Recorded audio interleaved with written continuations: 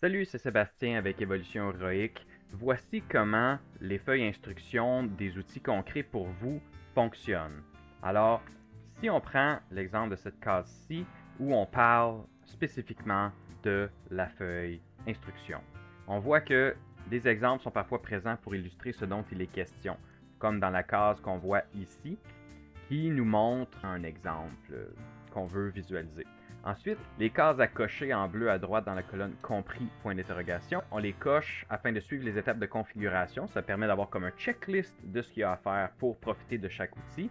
Et quand on clique sur les liens retour aux instructions qui sont distribués un peu partout dans la feuille, ça nous ramène au prochain point qui n'est pas coché. Donc, le prochain point à faire, ou celui qu'on vient de faire, qu'on va devoir cocher. Ensuite, les feuilles applicables sont à titre indicatif seulement. On a une colonne un peu plus à droite qui est feuilles applicables. Ça, c'est juste si vous avez besoin de vous repérer, s'il n'y a pas de lien, puis vous avez besoin de savoir juste parce que ça nous aide à nous orienter.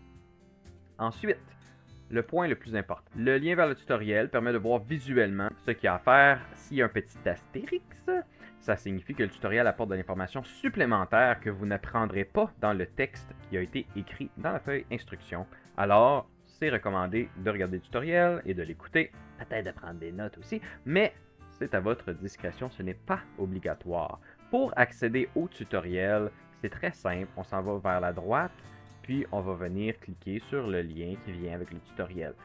On voit qu'il y a un lien qui apparaît qui nous permet d'aller directement au tutoriel concerné. Finalement, les liens dans la colonne navigation nous permettent de nous rendre rapidement aux endroits qui sont concernés par l'étape à faire. Parfois, une petite étape, c'est juste une chose à faire, mais parfois un bloc va avoir beaucoup d'informations qui doivent être faites dans un tableau où ça va nous apporter. Alors, plutôt que de vous laisser vous promener puis essayer de trouver où on doit aller pour remplir les choses, ben, j'ai fait des pieds et des mains pour trouver des fonctions et créer une fonction qui vous amène directement.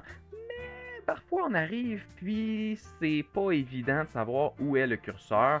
C'est surtout vrai dans Excel. Google Sheet est quand même très bon pour ça. Présentement, on est avec Google Sheet, mais ça fonctionne ce truc-là si vous utilisez un outil qui est dans Excel.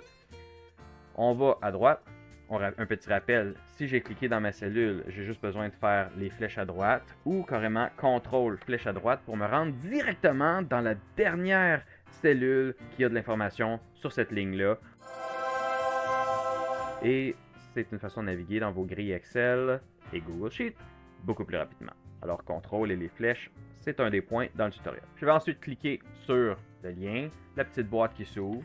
Boum, on clique sur ce lien-là. Et ça nous amène exactement où on devait être. Et là, on voit, comme dans les autres tutoriels que j'ai fait, quand je mets mon curseur sur les éléments qui sont soulignés, la plupart du temps, c'est parce qu'il y a un lien qui nous ramène quelque part d'utile, soit une table des matières ou la feuille instruction.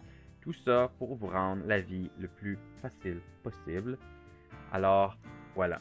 Je vais refaire parce que le but, c'est d'aller là où on est supposé aller, puis de chercher notre curseur. Alors, si je clique sur mon lien, je l'ai dit, on est avec Google Sheet, c'est facile, ça nous amène directement là, mais si je veux savoir où je suis, il faut appuyer sur Escape.